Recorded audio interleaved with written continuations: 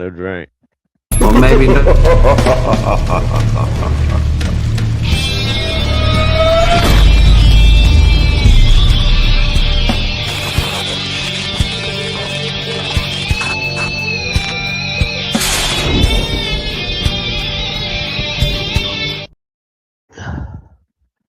Hello, and welcome to another Generic Paranormal Show. I'm your host, KD, and this is my co-host, Austin. What's going on, everybody? That was a I'm better. not an Irishman. Is that That was- Irish? Is that what that is? I think, damn, is that what it sounded like? It was supposed to be Australian. Hello, mate. Hello. I feel like it's hard kind to of cockney. Okay, you know how difficult I feel like it is Hello, to mate. distinguish between Australian accent, Scottish accent, and Cockney English accent. Well, Irish is it? The Irish people always Or say Irish. things. They make statements that sound like a question. There are, they always have They have certain that upward inflections where you can inflection at the end. tell. Yeah, you Yeah, can separate them, but it's just very funny. They all kind of sound very similar. yeah. Let me get the Maybe context. that's just What's up? maybe I'm racist. I don't know. I'm not. Maybe in the house.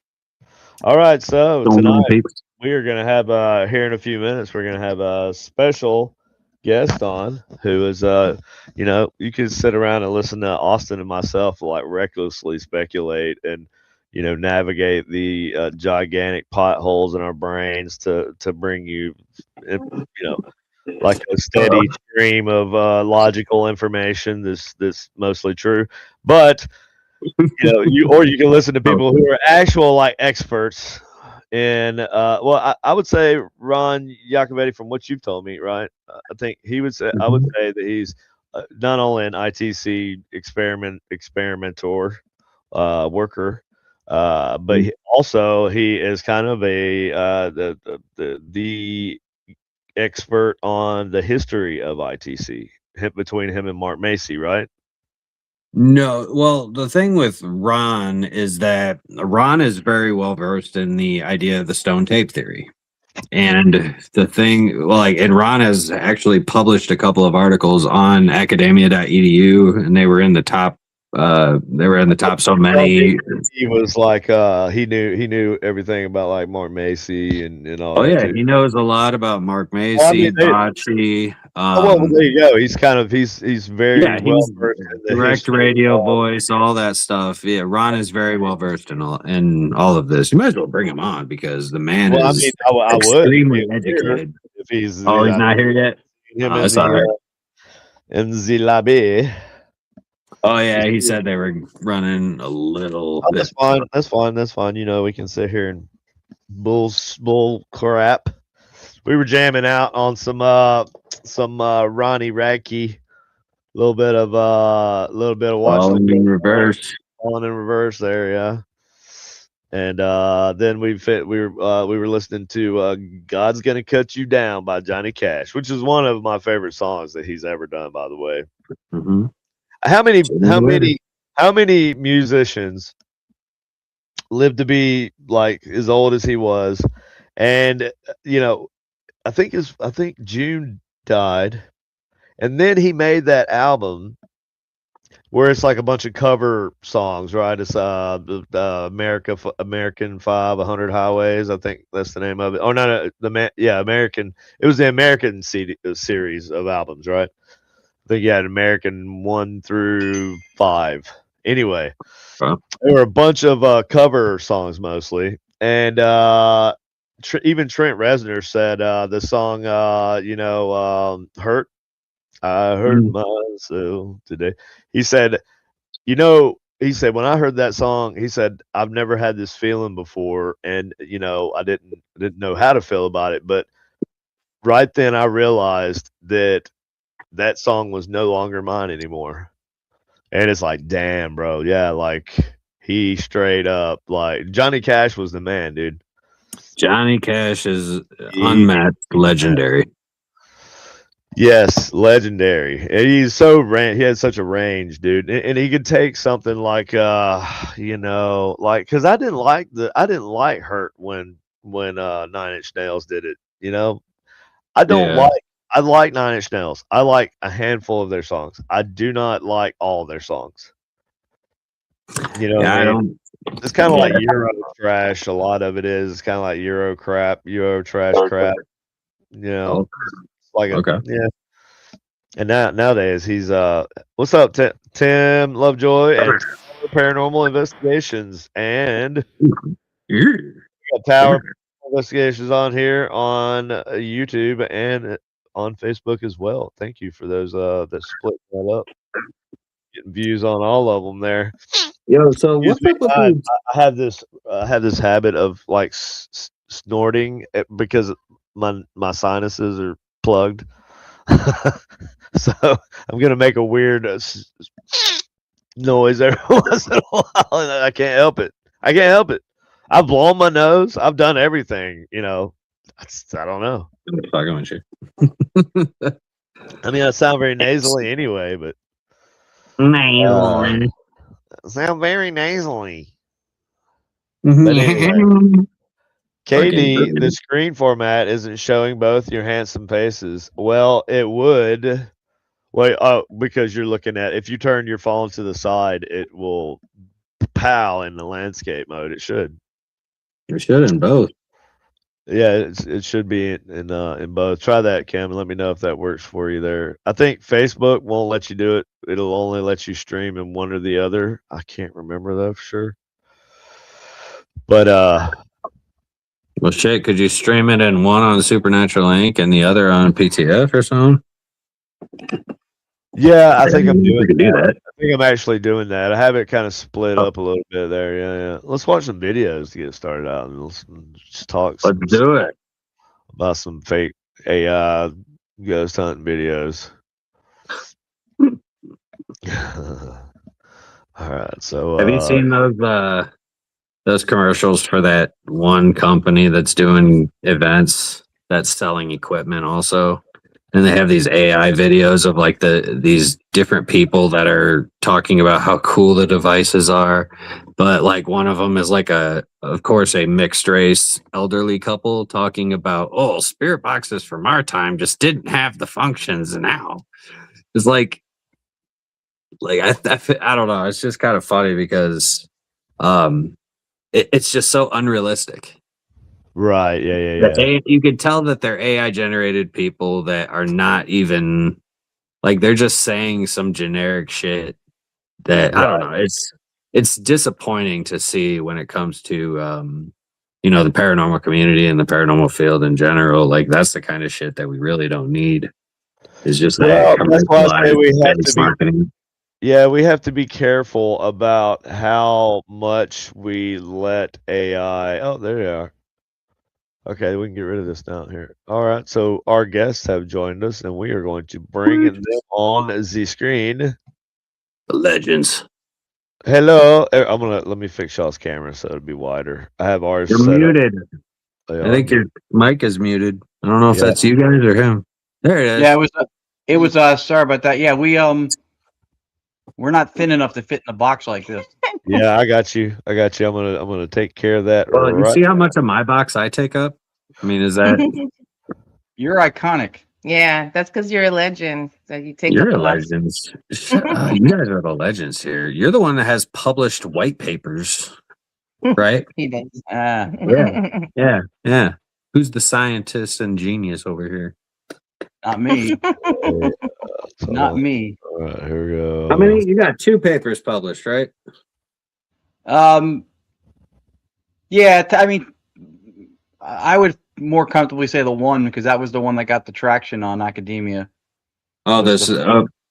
Yeah, why don't you explain a little bit of like what you guys specifically focus on? I tried to like give a little explanation about your understanding of like There it is. BRV and the history, like with Mark Macy and Bocce and you know, some of these Yeah, other yeah. videos. I wanted you to possibly give a better background Yeah, or because me and Austin, we you know, we recklessly speculate. experts in reckless speculation. That's what we specialize in.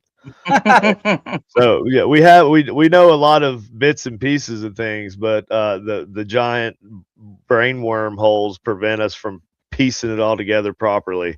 So we rely on people like you. So we can fill see us the in. cell phone screen on the one side and the regular one on the other side. Yeah, I've that's never- for people who want to watch, who are just scrolling through their, Yeah. you know, Yeah, That's I was weird. I never weirded out saw by it. it. Yeah. I never saw it on the show. Like when you're a guest, I never saw it that way. Different dimension. Oh, really? Well, yeah, they Maybe keep it's just changing him. stuff on StreamYard. StreamYard's they're It's just, keeping it's just him. who me? Yeah. Yeah, I'm Just the only you. one. I'm the only one in the world doing it. Yep. So Maybe, give yeah. us your background and explain what you all do. All right. Well, you know what? I want to say something first. All the jokes about legends and whatever else aside, this is the first time we've actually had to have had the opportunity to have a conversation with KD, and we were excited about that. He is one of the people that we have looked up to and admired the brilliance and work of, but never had the chance to talk to. So for us, I would like to, before I start out saying anything about who I am or who we are, I kind of want to start with that, because Austin we love, and Austin's been impressing us for a long time as a human being. First and foremost, he's just a good guy, and then the work he does is exceptional. He's okay. But for us, this was a big deal. We were actually very excited to be able to talk to both of you, especially for the first time with KD. Well, I'm equally, the feeling's mutual, because every time me and Austin are recklessly speculating, doing our thing, he's like, Ron would know this, and I'm like, well, dadgummit, man, I want to talk to Ron so bad, and I have so many questions, about it, and apparently you are the go-to guy, and so I've really been looking forward to talking to y'all as well. Well, it's humbling. It's humbling, yeah. Like, she knows it's hard to get me to shut up. I'm kind of chatty, but that did it. Well, I feel like there's people who have been around. You've been in the scene since the scene kind of started, right? And well, not since it started. Okay, you weren't around in the '70s when they were doing the first EVPs, but modern ITC wise, you guys have been in the thick of it, right? You've been. Y'all know Holte and everybody. Yeah, I love Holte. Steve's a good friend of mine, and Austin too. And yeah. You guys are all old school OGs. I consider that's what inspired him, especially because seeing you guys and the great work that you guys do, and he can't build the kind of stuff that you guys do. So he took a different route. I'm in awe of that. If I tried to build things like KD builds, my neighbors would have pacemakers going off sync and garage doors going up. Man, there'd be fire department showing up every other day. Yeah, it wouldn't be crazy. That's some high voltage shit. You'd be like looking at Mad Mike Markham or something. Like, I mean, I'm surprised KD hasn't gotten to that point yet, to be honest with you. Well, if I did, I wouldn't tell anybody, because he went to you just be jail gone for stealing those transformers that he but needed. He got out. He did. And then he got released after serving his time, and then he got out and kept working on the shit. And then some. That's what he says. He just disappeared. He just everybody just wants to stop hearing from him. I don't know. He teleported, man. I'm telling you. I don't know. Yeah, he probably got high on some PCP and teleported. Hey, you know what? I believe Art Bell before I believe your ass. So. Art Bell didn't say that. Art Bell went out and looked for him. Actually, he did have people looking for him, but Art Bell never actually come out and said he teleport. Also, Art Bell was a master of entertainment too. He was a golden voice on the radio. He knew how to keep his audience locked in, and that's how you do it. Is he knew the game. But anyway, Madman Markham, I think he did some cool stuff. I've looked at his drawings, but I do not believe I've actually there's a lot more sides to the story, right, than just because there's police reports where he got picked up in walking through a cornfield. But anyway, we're here to talk about. We're here to let Ron and Lords tell us their knowledge. This is fun. I actually had a few years back before she and I met. I think it was somewhere around 1988, 98 or 99. I had a phone call with Art Bell called me. I submitted something I was working on a screenplay, which I almost sold at the time, which is why I moved to LA from 2000 to 2014. And I submitted something about what I was basing it on.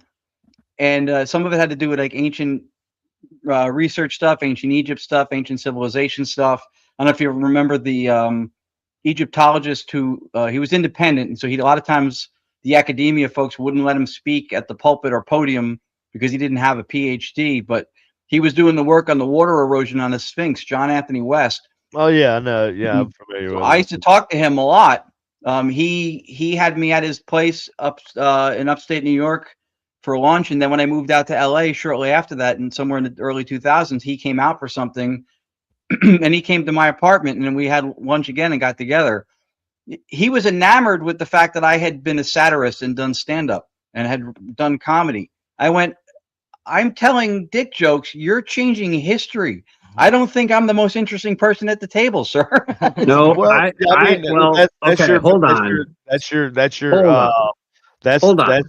thing that gets you, makes people listen to you, right? Can I secret make power?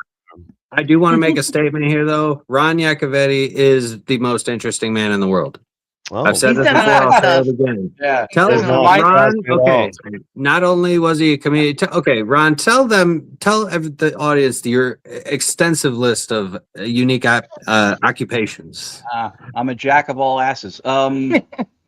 It's funny, if I'm the most interesting man in the world, it reminds me of that Disney song, It's a Small World, after all. Because that's the only way it really makes sense. I did comedy writing and stand up for a while. I wrote and segment produced for a few shows, one of which was on the Travel Channel called Made in America. Okay. I did broadcasting and commentating for boxing and mixed martial arts for a number of years. I'm basically Joe Rogan without the budget. Cool.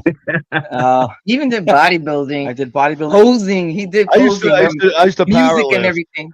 Oh wow, okay. Yeah. I took Cool. I I was trained by an Olympic power lifter. Yeah. There was a gentleman named Anthony DiTillo who wrote for Iron Man magazine back in the day when there were no posing pictures. It was just I didn't do it professionally. I did it when I was in the Army. I was just trying to be scary. I was trying to like get so like abnormally huge that I would scare children as I walked by. That was my goal. I did it to be taller, and it didn't work out. Damn, it didn't work. I tried it too, but yeah, didn't work out, unfortunately. So yeah, I always say that fear has many eyes, and I've looked in a few of them because paranormal stuff, working with professional fighters, and then one of the biggest fears people have, psychologically speaking, is public speaking. So I've done. Yep, that is a big one actually. That's a huge one. Yeah. For me, one of my fears. Well, it wasn't always, but at a certain point in my life, I developed a fear of being surrounded by a lot of people in large crowds. Mm-hmm. I have that. I hate to get back. We gotta get back to Ron and Lourdes's background, and we keep getting distracted from that. It's great though. This is cool. This is a background. That's what we're talking about. Yeah. I know, but okay. Anyways, continue. So, what was it you wanted to? We just want to know like expertise. How you got into it all.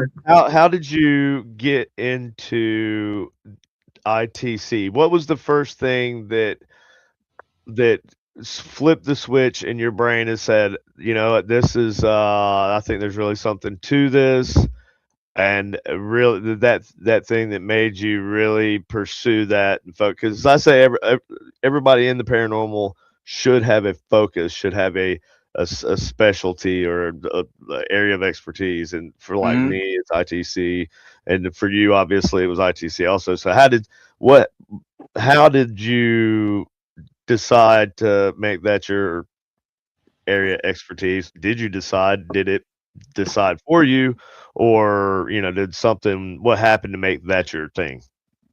A little bit of all that. I think it's similar to her backstory. Probably the only similarity to our backstories. I was fascinated with EVP stuff when I saw people recording voices out of thin air. I thought that was amazing.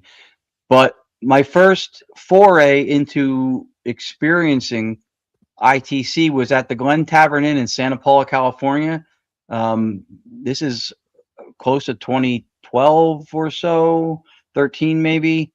And I was with a group of people. I was with someone I was seeing at the time because we met in 2016. So this goes back a little bit. And they were doing a spirit box session, SB7, on the 3rd floor of the hotel. And it was like 30 people, and everybody introduced who they were. And then it got to the last 2 people, and the last one was Chad Lindbergh, who from Fast and Furious, and people know him from that show that he did with John L. Tenney, which I can never remember the name of. Ghost Stalkers. It was Ghost Stalkers. Yep. Ghost Stalkers. Try to remember that. Yeah, there's no way that my dusty brain is going to hold on to that. I'll try to remember. I usually can't remember it either, but I did. That's the only reason I know is because it was Nick's show. So from that, he was the last one. Everybody did an introduction. Hi, my name is whatever, 30 people. And it gets down to him, and he goes, hi, I'm Chad. 20-something seconds, give or take. And a voice came out of the SB7 where you didn't hear the sweep anymore, and it went, I know Chad. And I was like, what just happened? And how many people do I need to knock off to be able to do that? Because that's amazing. I didn't know that there was real-time stuff being looked into, researched, experimented with, even possible. And when I saw that, I went, I need to get me one of the little doohickeys. And that's probably what I called it at the time, because that was as technical as I would have gotten. Doohickey or thingamabob. Yep. And I was hooked. I was like, wow, this is incredible. And that's what started it. Yeah. We ended up doing what we're doing now because of what I would say would be an ineptness on my part. I don't weld and build. What you guys do, in all honesty, all jokes aside, I'm enamored and in high admiration of, because I can't do that. If I soldered regularly, I would be high-fiving people with fewer fingers. So I don't. Right. Like your high school shop teacher. Be careful with the shop saw. Be careful with the circular saw. Yeah. Let me teach you a lesson. There's 5 things you want to remember. Yes, that. And then I loved what ITC stuff seemed to be, and so I started looking into different stuff, and I came across the works of Marcello Bacci in Grosseto, Italy, and then I came across Dr. Annabella Cardoso's stuff, and she had sat with Bacci, Friedrich Jurgensen, Konstantin Radove, the Foys from the Skull Experiment. So she is the last surviving person from the original guard of EVP and ITC researchers. All those people are otherwise gone. What did you call it? The guard of EVP and ITC researchers? The old guard, the original guard. Yeah. Okay, I like that. She's the only one left, and she was very approachable. I'd read her books, and excuse me, and I corresponded with her, and we became more and more friendly. And she mentored me into direct radio voice, which was just using a vacant. Bacci was kind of the first vacant AM short medium wave channel, no sweeping, nothing. It was just that. Mm-hmm. And I was enamored at the efficacy of the method. I never saw anything like it. Now, here my take last time me and Austin talked about that was that that is not necessarily the device has been designed to do this thing. It's your psychic link. We'll talk about that later too, but your psychic ability, there's a psychic ability to use electronics to communicate with the other side, and also all sides, not just the dead, but right. Other types of beings out there as well, I believe. So anyway, go ahead. Yeah, that was floated around at the time, and I know Bacci almost emphatically denied having any level of mediumship, but from a metaphysical perspective, seems like that's the only possible thing. Right. Though, right? Yeah. He's part of the equation. Right. From a metaphysical perspective, it's not, when it gets called a gift and an ability, sometimes it's almost a misnomer, and it makes people think that it is some kind of a rare inherited thing. And it's by design. I think by design, it is part of the human condition. And some people, like, you can learn to sing, but some people naturally are able to do those functions autonomously. Good analogy. That's very. So he may have had more of a natural ability that he wasn't aware of. I do think he was part of it. Yeah. When they took tubes out of his radio, they unplugged it. He still got voices unless they removed him from it. Yes. Yep. So I think he was part of the process. I wouldn't call him the medium in that necessarily, because I think that the voices were coming out of the box. The link. He was the link. The medium would have been the radio. That was right. Like the painter's paint. Yes. And he's definitely part of the equation. Definitely.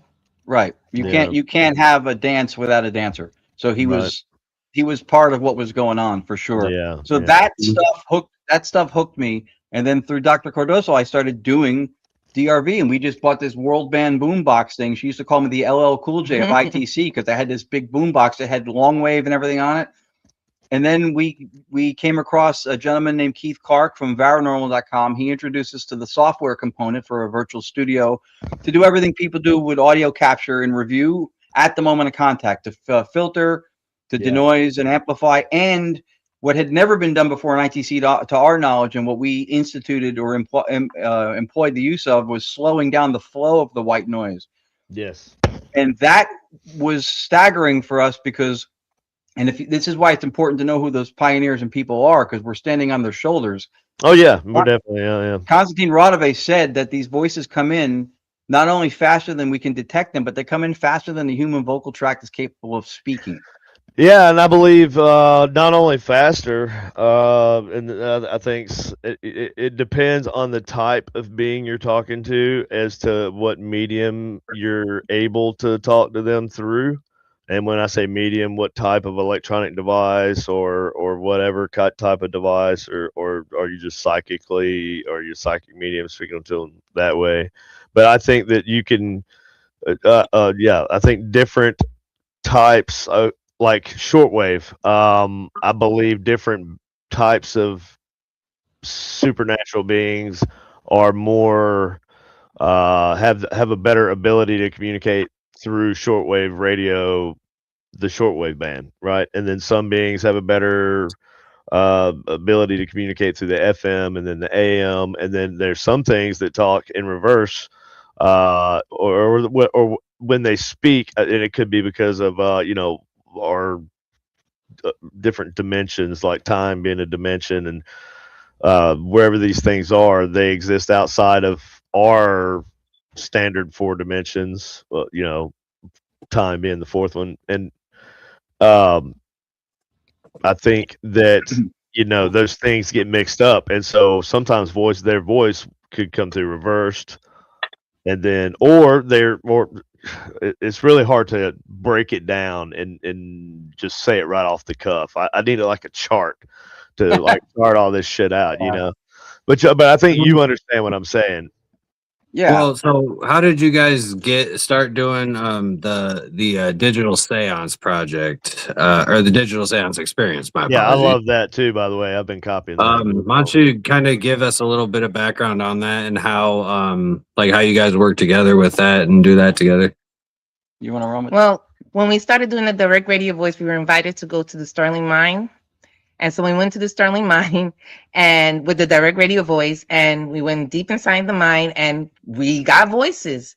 So we figured out, he was saying, we don't need a radio because we're getting it. So we came out together with a white noise generator. So then that's why we started using the white noise generator, and slowing down the white noise, we're able to get voices that we otherwise would miss because they're coming in too fast. And we still get fast voices through that, but that's how we wound up not using the radio and switching to the white noise generators. Yeah, and the seance part of it came in. My 3rd of 5 books is called the Digital Seance Initiative, and we did that because we were doing public events, and a lot of times we were either like the halftime show, so to speak. I know that's very touchy 2 words to use right now, but I'm using it. It's not like the last one sucked terribly or anything. Anyway, go ahead. I'm sorry. Yeah. So, or we were the closing thing at the end of the night, and so they would put us in a common area that was able to accommodate everybody that came to the investigation, 20, 30 people. And the common area was also where the snacks and drinks were. So we'd be doing sessions, and people were popping soda cans and opening bags of Cheetos. Or I'm not sure I'm hearing anything. You think? Yeah. Maybe give gluttony a break for a minute. Right. Go take your snack break on the porch. Yeah, no, I did the So same. I started doing the digital seance the same way, is so that people could, when you have a group of people, you can get everybody involved, and and that also goes back to the psychic aspect of this of electronic. Uh, I hate to say ghost communication because it's not. Okay, I'll say Phenomenon. ghost. I'll say ghost communication because ghost is yeah, a filler word for yeah. some shit that I don't know what it is. Lack of a But better it term. seems like it's there. It's So the I'm gonna call colloquial everything sense a of the word. ghost. Everything's a Yeah. ghost. Just because I don't know what the hell it is, kind of like dark matter is dark matter because we don't exactly know what the hell it is. So Right, right. Never so measured. It was found through inference. Exactly. yeah. Yep. So and no, Austin, we're not getting into that tonight. No, absolutely not. Austin, Uh, I mean, we yeah, say spirit communication because I think everything has a spirit, yeah. whether yeah, sure, We're, yeah, yeah, yeah. we're yeah, bound by yeah. language Easily to call it recognizable. something. Yeah, But have you exactly. Yeah. guys noticed that, like, so, like, with the spirit com, right? Okay, so what's your opinion of the spirit com and the video with Bill O'Neill? It's so it's so hard to tell. So one of the things, and we can get into this, I guess, or whatever at some point.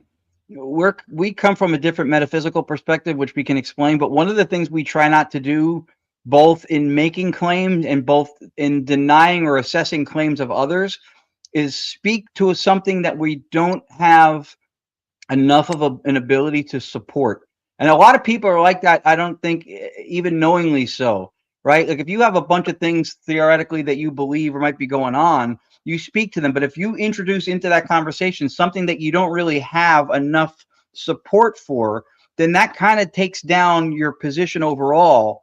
So a lot of times we'll sometimes again unknowingly steer away from things like that. So I don't like to judge with definitiveness and say that I know it was a hoax or I know it was legit because I don't. Right, right, yeah, that's about where we're at. But we also, well, I also lean towards, if like they should have known that this was going to be highly scrutinized and picked through, and they should have had different camera angles. They should have had just lots of things should have been done differently. Yeah. Get rid of the low hanging fruit. Yeah. Yeah. Yeah, get rid of the things that they're immediately going to say, well, yeah, well, it is what it is. They could have had a clock up. There's Yeah. lots of things they could have done to. Now, see, I'm not here to the work that I do, the ITC work that I do. I'm not here like Zach Baggins trying to prove to the world that ghosts are real, or I'm not trying to prove to science that ghosts are real, or that I can speak to them through. I Right. feel like I have a calling, and from a higher calling. I'm a Christian, but I don't believe like a lot of Christians do, the dogmatic type, that we're not allowed to talk to things. And I think that some of us have that calling. We are supposed to know about the things that are taboo or that are not supposed to be known by the average person, right? But Jesus Yeah. even taught his apostles that they had secret knowledge, and this, that, and the other. Anyway, so like I believe that I just do my work and I show it and I document what I do, and I'm not trying to prove anything to anybody. No, that's Well, the way to do it, man. we Yeah. believe that the paranormal is normal because I grew up with it. My family practiced espiritismo. It was a normal thing for me all my life. It was not anything, you know, the paranormal really became paranormal when I met him. Because to me, it was just a normal thing. It's Right, right, something right. that Wait, so that where happened. are you from again? I was born in Brooklyn, but my parents are from Puerto Rico. Okay, yeah, yeah. So I've had a lot of Puerto Rican friends in the army, and oh boy, yeah, that's like a given to them. Like Yeah. spirits are real. Like Mhm. if Yeah. you say, "I'll go say real," they look at you like, well, And sure. well, it really depends on who you Cállate la talk to. boca. Yeah, yeah, yeah, yeah. Because Maricon. it really depends on who you speak to. You'll have some that are like me and the ones you're talking about that they believe in, and then you have the ones that say you're speaking to demons, Well, But and I in do, my and I family, do think I think that I think that's a possibility also. I think we can speak to demons, we can speak to angels, we can speak to whatever you want to call an interdimensional being, like a being from a different plane of existence or a different reality, not necessarily from like the Yeah, but fourth like physical they forbid dimension. it. They think everything is demon, and you're not Yeah, supposed to. sure, right, You right, find it yeah, in the yeah, Puerto yeah, Rican yeah. culture too. Right, but King Solomon did it. King Solomon built the entire temple by using demons. He enslaved them and had them build the temple. So, I would argue that that's more Catholicism and no, it's not Catholicism. Judaism than it That is is not Catholicism. Christianity. No.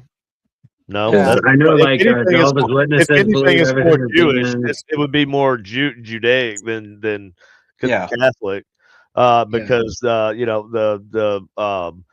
Jews have the Ars Goetia, I believe, that was written. It's like it's a book that like lists out all the 72 princes or demonic princes, right?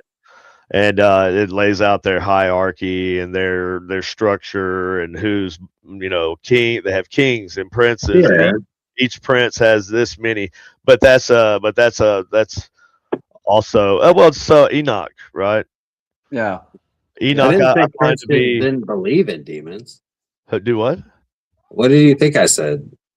Oh, I don't know. It seems like you were saying that was more of a Catholic thing that King Solomon had. No, I'm saying when you said like people like those people that say everything is demons, there's no other things besides just demons that we're talking to. Like that's more of the Baptists also.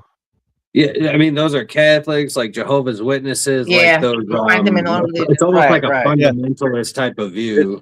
Well, it's very common through any Christian denomination. Most of them kind of shun or they look down on attempting to communicate with what they would call spirits. Yeah, that's one of the things that's kind of culturally new in the span of the history of time, probably like a blink of an eye, is our culture has gotten so immersed in literalism, like things being literally true. Yeah. Yeah, so they use that to dismiss or discredit things that are from religious backgrounds and from like biblical texts. Those things are not to be taken literally; they're to be taken seriously. There is meaning and contextually also support their agendas. There's meaning. Yeah, there's context. Everything has context, and in my opinion, you can't even just read the Bible, like the Holy Bible itself, and think you have the entire context, because you don't. There's so many other religious writings that weren't included, and for this reason or that reason or whatever. And speaking of like, we've been communicating with our past on ancestors and spirits and all other means of supernatural beings since the dawn of man, right? Since the first dude walked past a piece of volcanic glass and saw a twisted image in it and said, "Oh, and then that's kind of how they started. Well, that's where scrying began. I mean, some dudes picking up volcanic glass and saying, "Oh, yeah, oh, what the hell is that? What the hell is that? No use crying over spilled milk." I didn't know that's how it happened. I appreciate the history lesson there. Yeah, you didn't know that? That's exactly how it happened. The other thing that's important that you mentioned before too about proving ghosts are real and all that stuff, proving it to science, that is another big trap that the paranormal field seems to get stuck in. Science doesn't prove, math proves.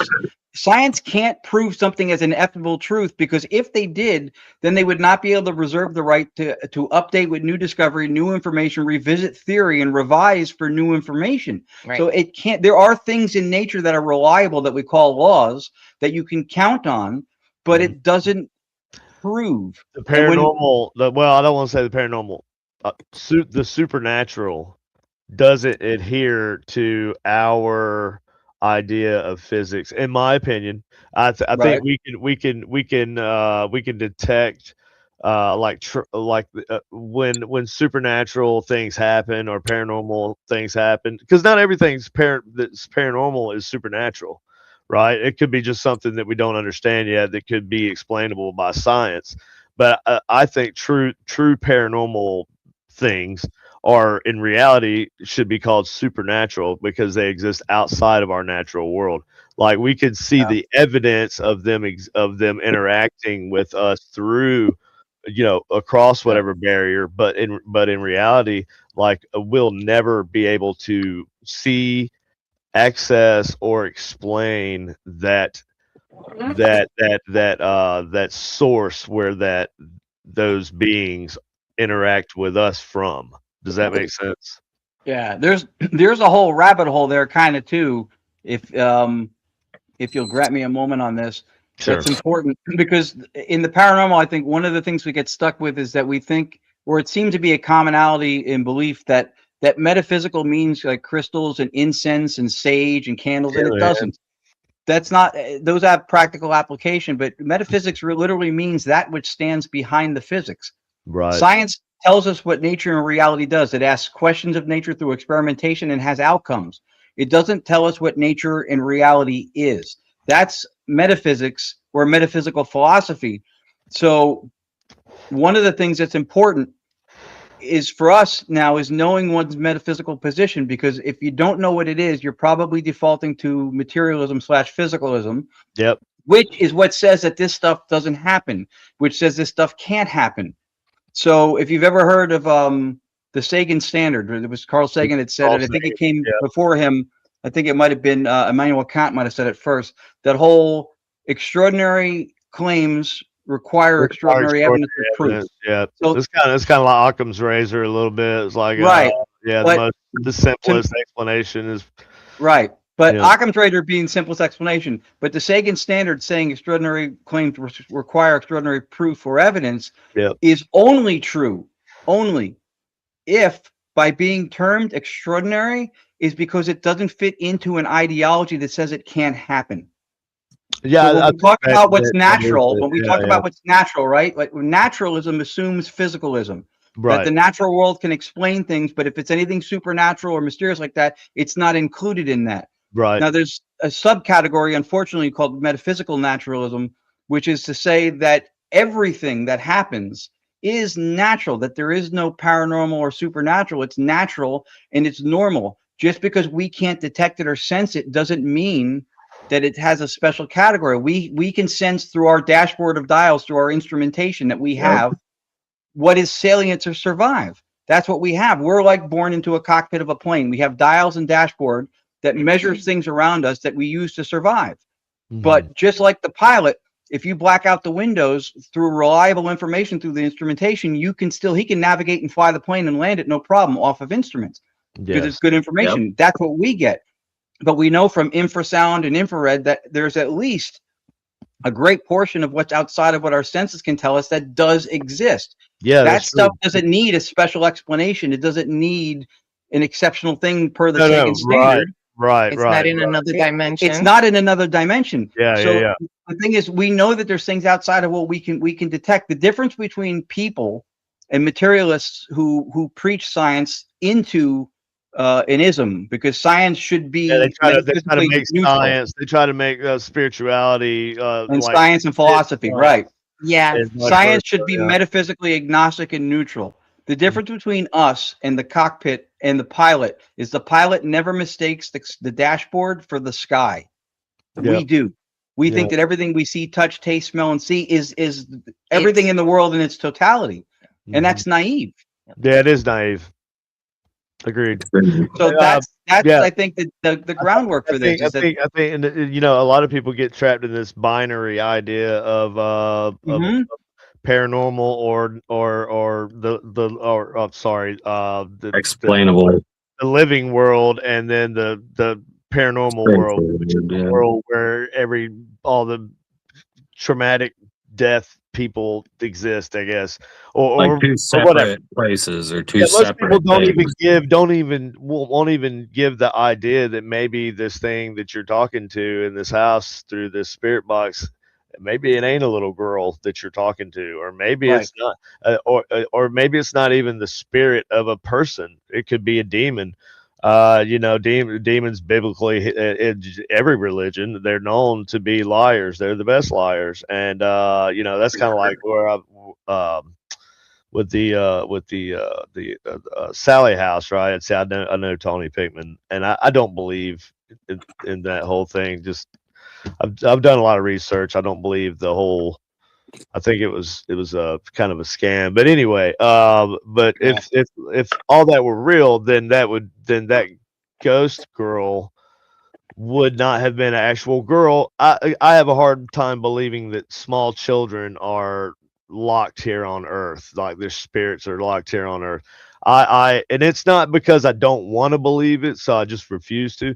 It's because I feel like they haven't had a chance to become so attached to life, to living, right? And thinking they know, the natural world so well, and that moving on past that would be terrifying to them. So they haven't developed that yet. But for us, we are attached to living. We're like, oh man, what's it gonna be like if I'm dead? It's just darkness. I'm not gonna be able to watch Seinfeld anymore. Scared of Shit. the unknown. But kids they don't have that, right? So I don't believe that children are locked here, just out of torment. Or I think that and I'm not saying 100% of the time, because I don't like to say that, because I always get proven wrong when I say this is the way it is. But I will say it's probably super rare, just because things will try to subvert your defenses, right? So if, like, let's say something demonic, I think a lot of the things we deal with are demonic, not demonic in the sense of Pazuzu. I hate, I'm going to possess somebody, and I hate Jesus, and mockery of the Trinity. I think a lot of the things we interact with are demonic in the sense that they are supernatural beings. They never were people. You can call them whatever you want. You call them, tricksters. You can call them. The descriptive word doesn't really matter. Right? Yeah, but they're beings that have always been here, and I think a lot of times we talk to them, and some of them want to play with us like toys. Some of us want to just murder us or see us off ourselves. But anyway, what do y'all think about that? What do y'all think about ITC as far as, like, it's a method to not only communicate with the spirits of people, but other things as well? And have you ever tried to do that?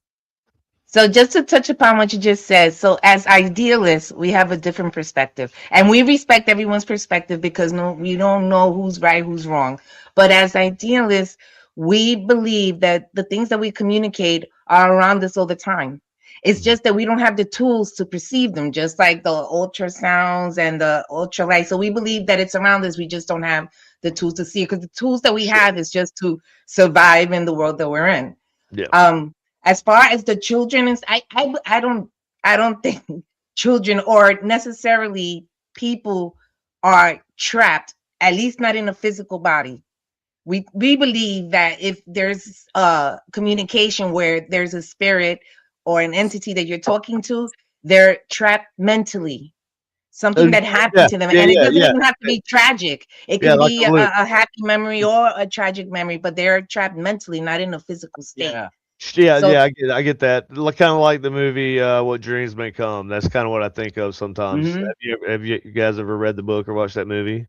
Yeah, That's great. It's great. The book is fantastic. It goes explains so much. And it kind of explains it the way the people who are trapped here, trapped in their own prison, living in whatever they consume them during their life that won't let them allow them to move forward.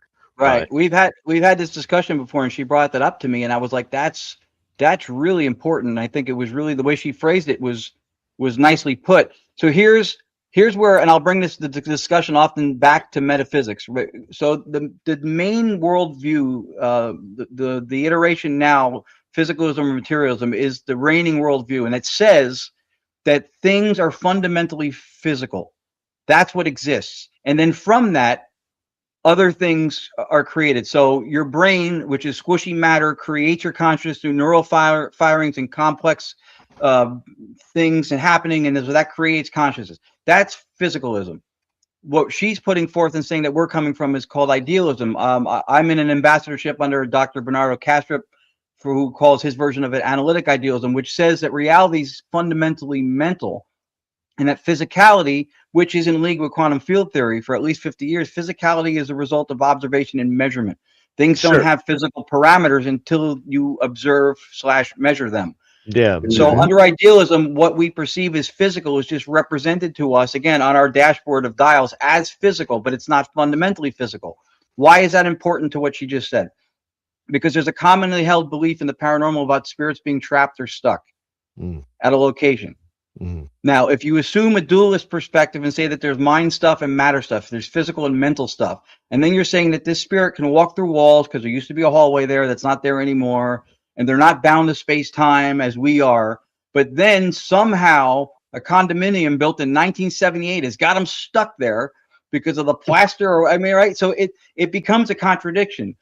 If you go with what she explained, that not only is the being fundamentally mental, but the physical location is also fundamentally mental processes, but perceived by our senses as physical. Then you have mental stuff mixing with mental stuff. Do we see that every day? Every day, our thoughts and emotions will intermingle. So now you don't have a contradiction with it.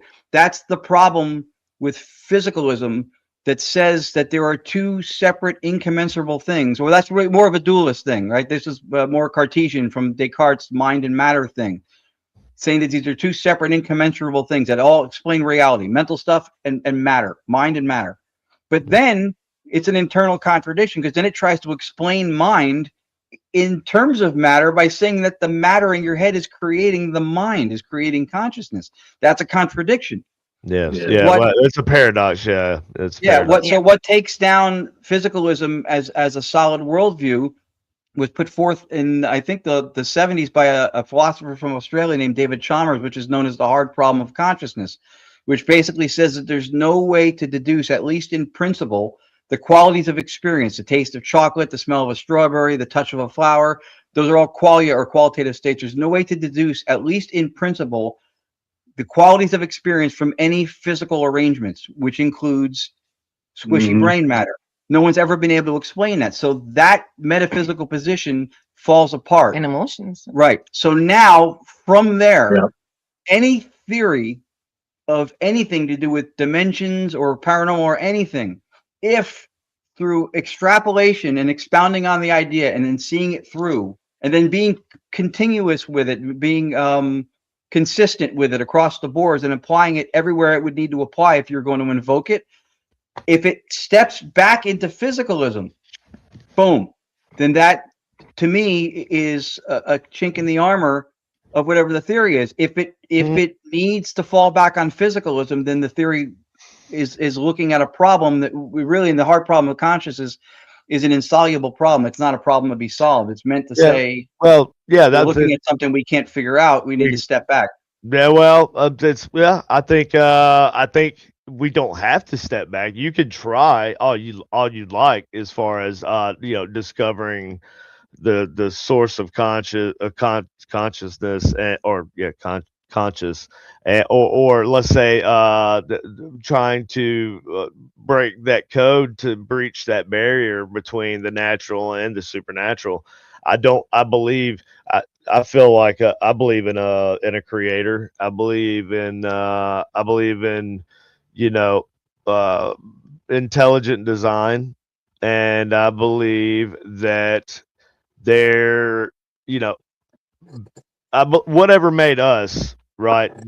Let's say it wasn't God. Let's say it was some entity. Whatever it is, it would be God, first of all.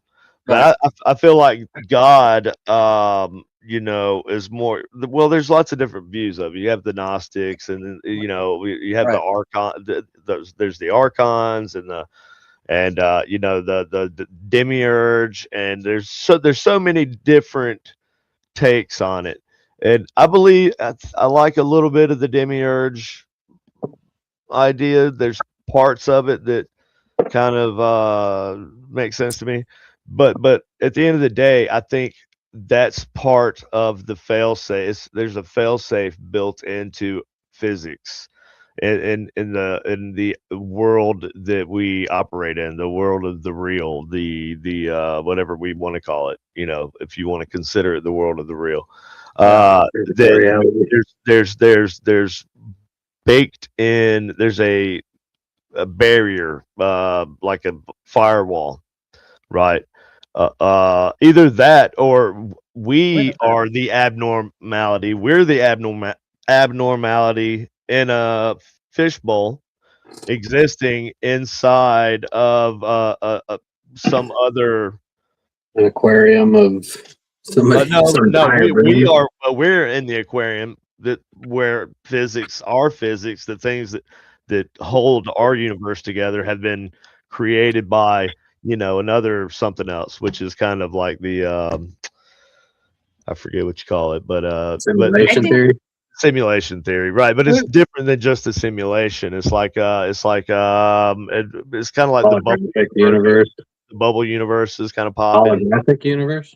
Well, holographic universe is a little bit different, but the bubble universe is like we're like bubbles popping into existence and then popping out of existence right next to each other, and the bubbles create the other bubbles popping in and out of existence. It's kind of crazy, but I believe there's a barrier. So to sum it all up, there's a barrier there that we're not supposed to fully understand, but we are able to detect when other things cross that barrier and interact with us. That's why I believe EMF detectors work, right? Well, I mean, that we pick up voices in the radio waves because I think there's something inherent about the way these supernatural beings speak. It's not like they're moving air with their voice box, right?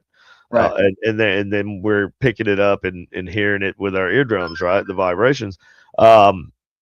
So there's something inherent about the way they speak that creates a byproduct of a radio wave sometimes, and that's what we're picking up on.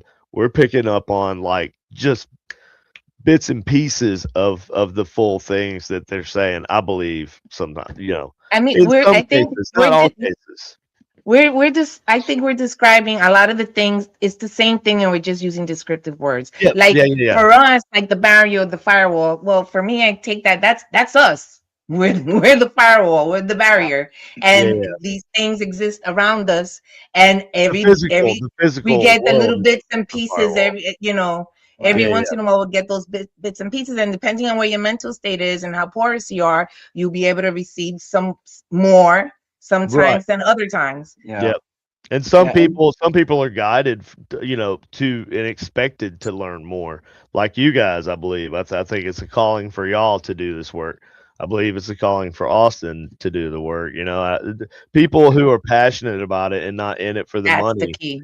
Yeah, because I think that's humanity's purpose. But there are some of us that just go through the journey. Well, they want to do the work. For others, they're just not really thinking about it, or they don't want to whatever. But then, I think we kind of afford them that luxury to not have to worry about it. Right. We do the boots on the ground. We do the hard work.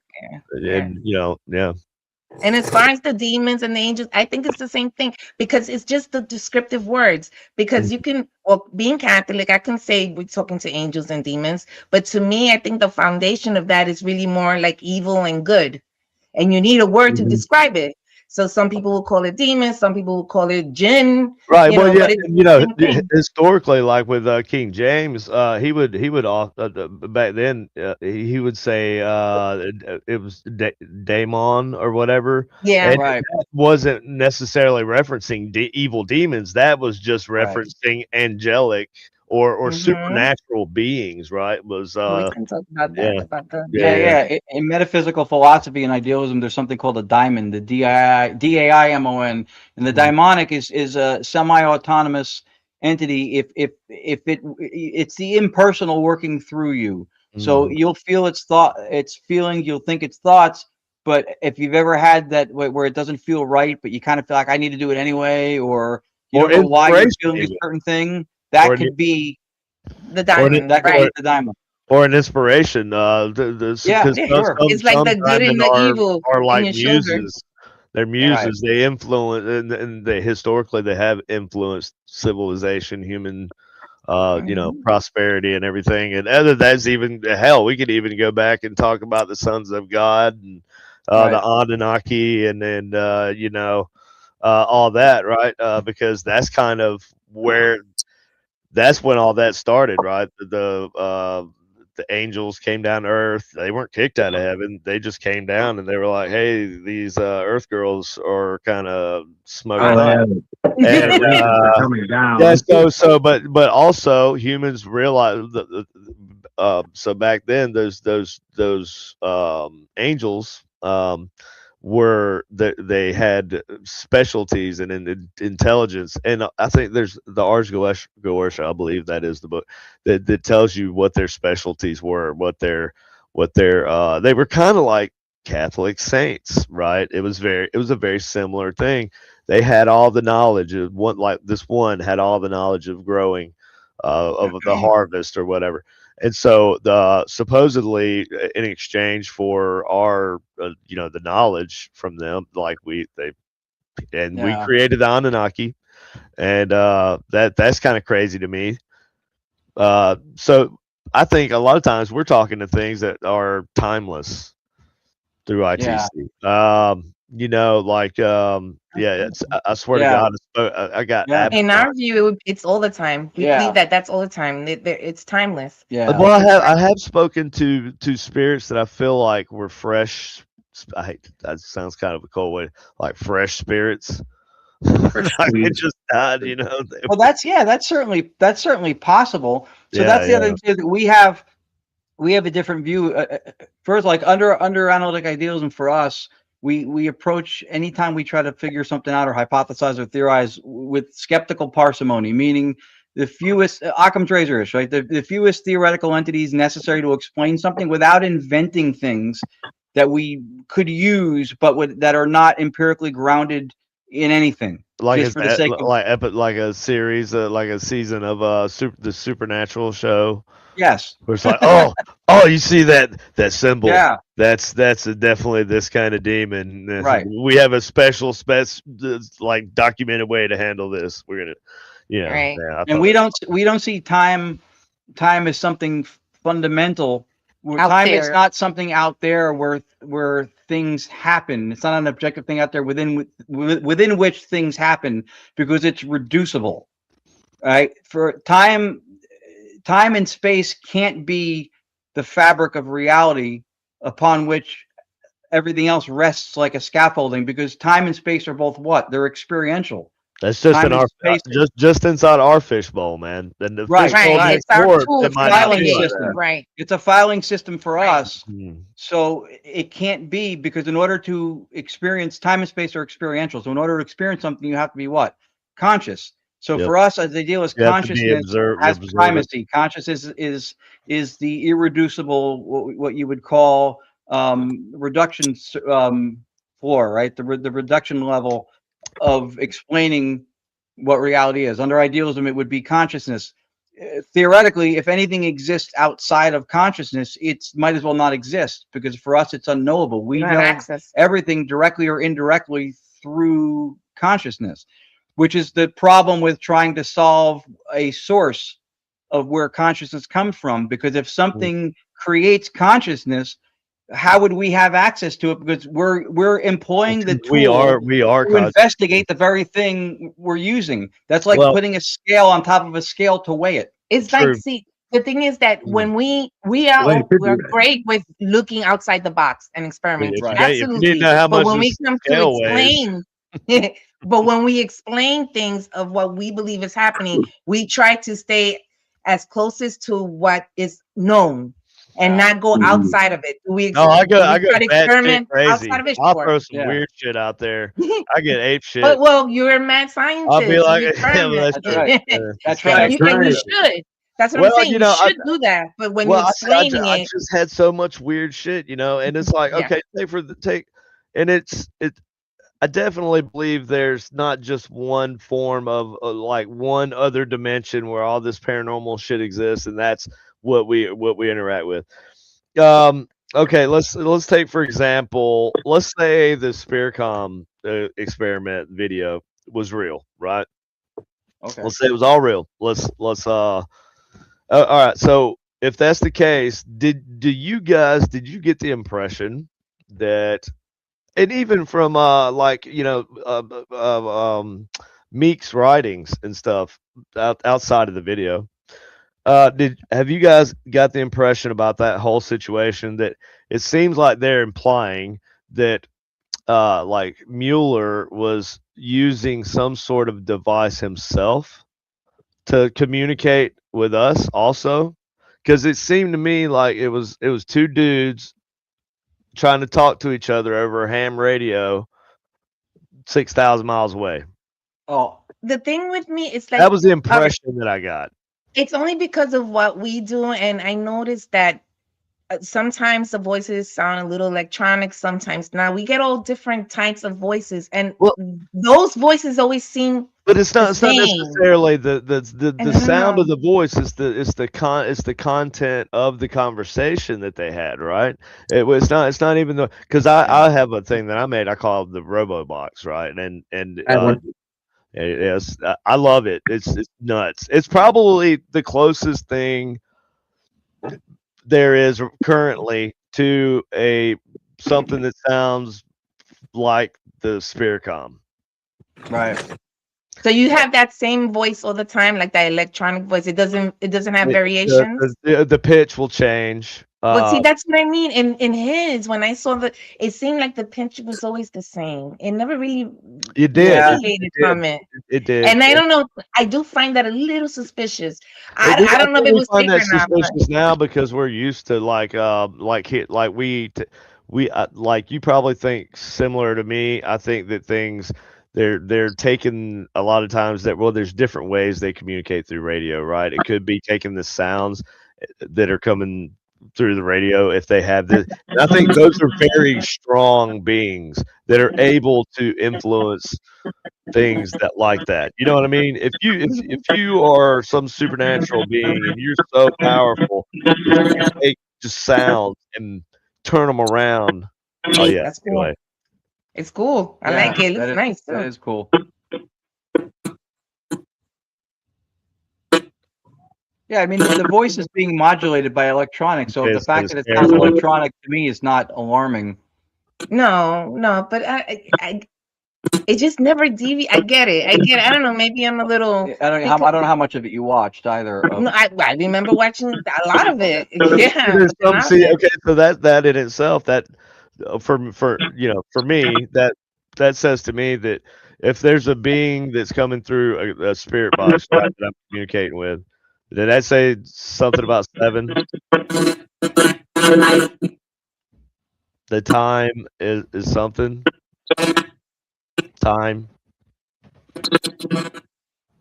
Ooh, it's all relevant. That's what it said. It's relevant. But you see, even the tone, it varies. Theirs always seem very monotone, and I don't know. It sounded like an electronic larynx, is what it sounds like. Yeah. It had like 14 different oscillators, right, with the whole spectrum of the male vocal range. That's the way they explained it, right? Like if you look at their schematics and you read their instructions on how they built it, that's what they say. Now I have sourced the equipment that that I can see in the video, right? I've researched and I've found the actual all those pieces of equipment on like eBay and everywhere else, right? So you can get he's using off the shelf equipment. Some of the things are modified that he's added to them though, like the copper coil chamber, I think, where but that's where the transmitter and receiver sit inside of, right? And there's this copper coil, like I think like a disc around it or, of some sort. But like what the hell ever happened to that shit, man? Why don't we have that shit? When I kick the bucket, somebody can still come to Katie and say, "Hey, like no, nobody will remember who I am, but if they did, somebody will come to Katie. Somebody could I come to know, Katie and right? be like, We'll remember. Yeah, We'll remember. we'll remember who you are. Yeah. Yeah, and I think the guy in But, the other but, box but, above us is the guy who's going to come take everything right there. but I just don't. Yeah. I don't see myself ever being like people like seeking out my story and all this. But if they were to, like, it wouldn't be hard to see what I was doing because I'm sure between my wife and Austin, they're gonna take care of all my crap. They'll have it and probably fight over who gets what. Oh, I'm about to go. We're about to throw hands, me and Katie, on some of that stuff, man. I'm telling you. But like there's just no evidence of this. And the golden phone, like what's up with the golden phone? That's a crazy ass story that I think we should all make a TV show. I Not a want TV show, but like a series we could put on YouTube or something, where we're trying to track down all the devices that they used in these metaphysical institute experiments that were documented. And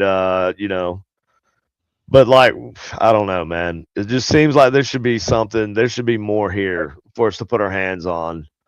Well, Bill O'Neill went nuts, didn't he? Yeah, he lost his mind. That was the story, that Bill O'Neill came undone. Yeah, and then wasn't he institutionalized or something? Well, I was unaware of that. No, I did hear that. I heard something about that actually. I don't know if he was like, if he came completely undone or not, but I think he did have some like mental health treatment situation. But that's very common in paranormal researchers. It is.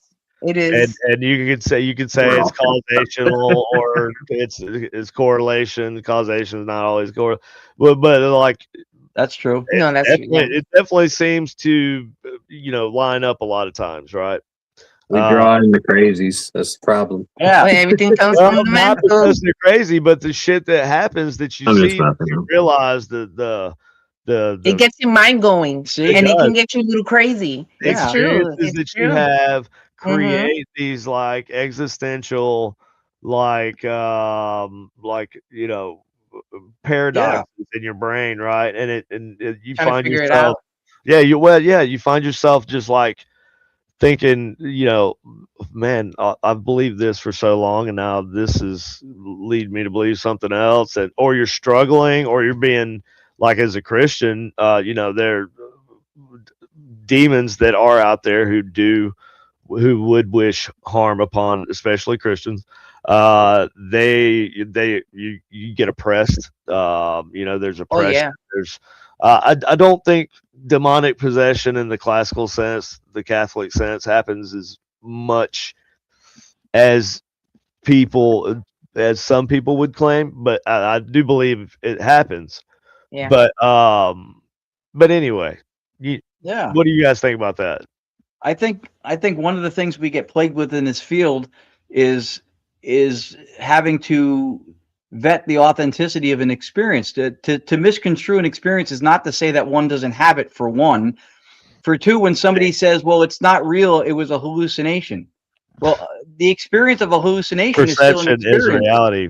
So by saying that, you're belying the very point you're trying to make. Yeah. And here's the importance of a metaphysical position. And what is truth? What is truth? Right. Truth is it's arbitrary.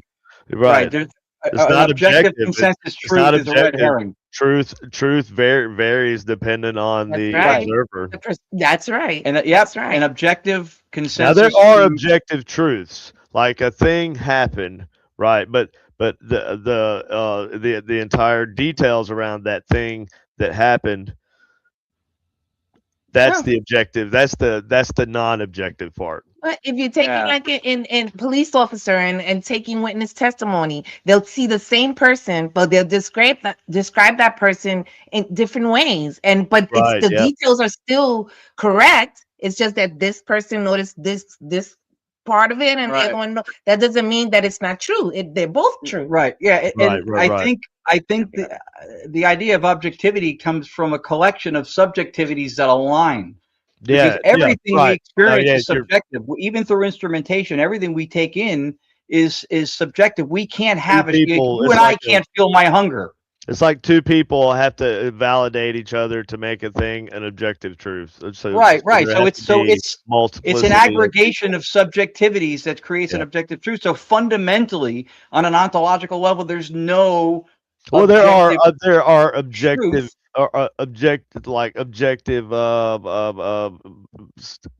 instances.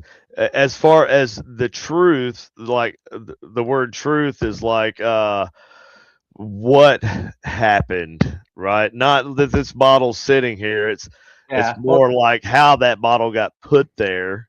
Right. So truth isn't so much.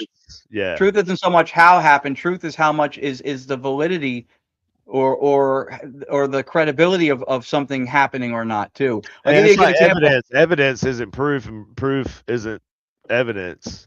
There's very similar type of situation. There's a story where there was an investigator who was trying to learn what certain scientists took atomic theory to be, and so he asked a physicist and a chemist whether a single atom of helium was or was not a molecule.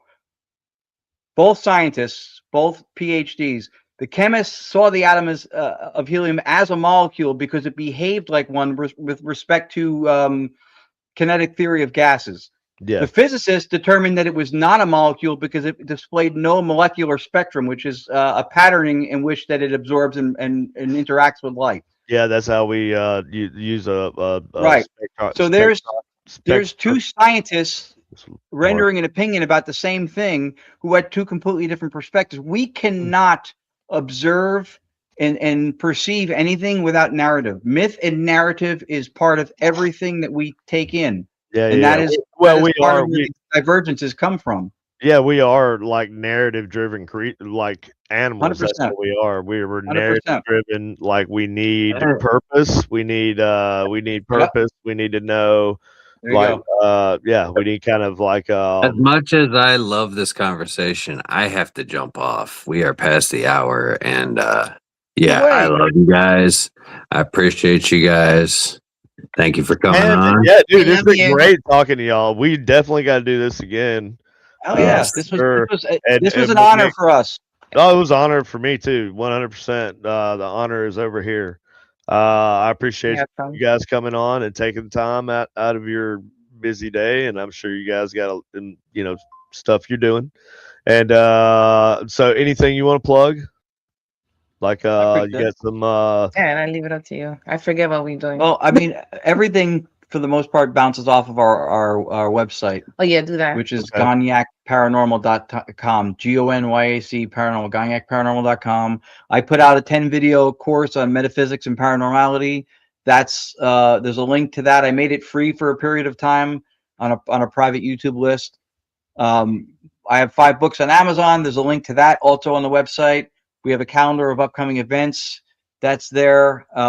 New Orleans Paracon. If anybody's interested, you can make it into a vacation. We're doing that. I was going to go down there. End of July. My buddy Brandon will be down there. Oh, yeah, cool. Yeah, that's right. Yeah. If you could come down, we would love to. That'd be cool. We'd love to hang. I can't. I would. Yeah, I got the KC Paracon here in August 1st, and then same time. I got a 9-to-5 job, man. I have to work. I hear you. Yeah, I used to not, but I enjoy it. But anyway, yep. Is that all you guys got? You got like so that's your shows you're gonna be at.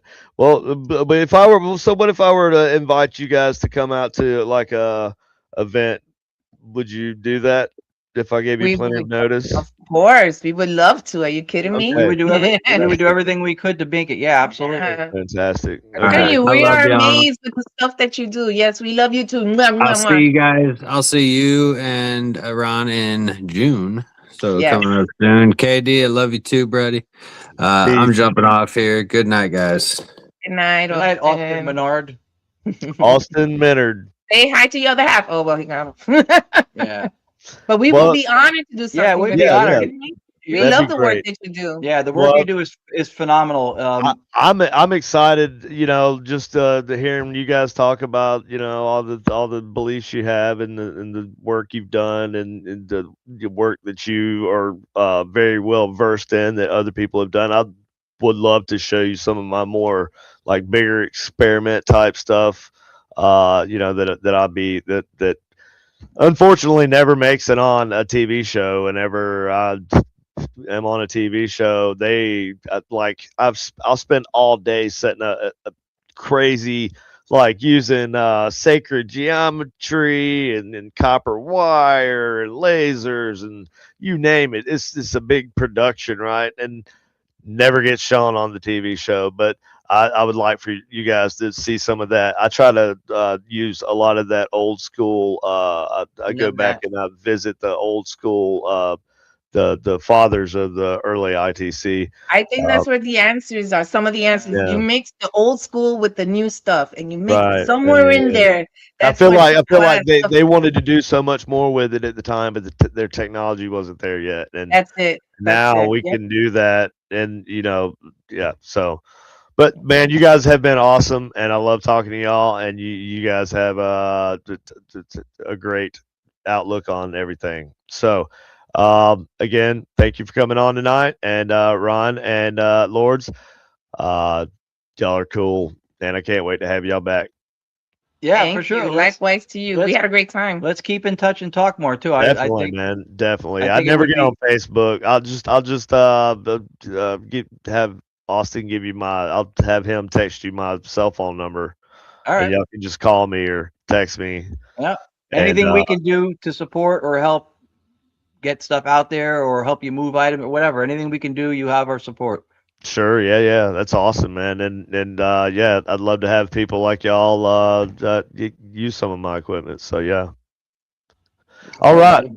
That would be cool. Thank you so much. Well, thanks everybody who watched, and this has been one of the best shows. It's been one of the best shows we've ever had. Just ask anybody; they'll tell you. And not funny bad. too. Not bad. And he's funny too. I try. Not bad. So this has been the Generic Paranormal Show with your host KD and our old man host Austin, it was past his bedtime, so he's not here. And Ron and Lords, Ron Iacovetti and Lords Gonzalez, great guests, and we'll have them back on. And everybody have a good night, and remember, stay spooky, my friends.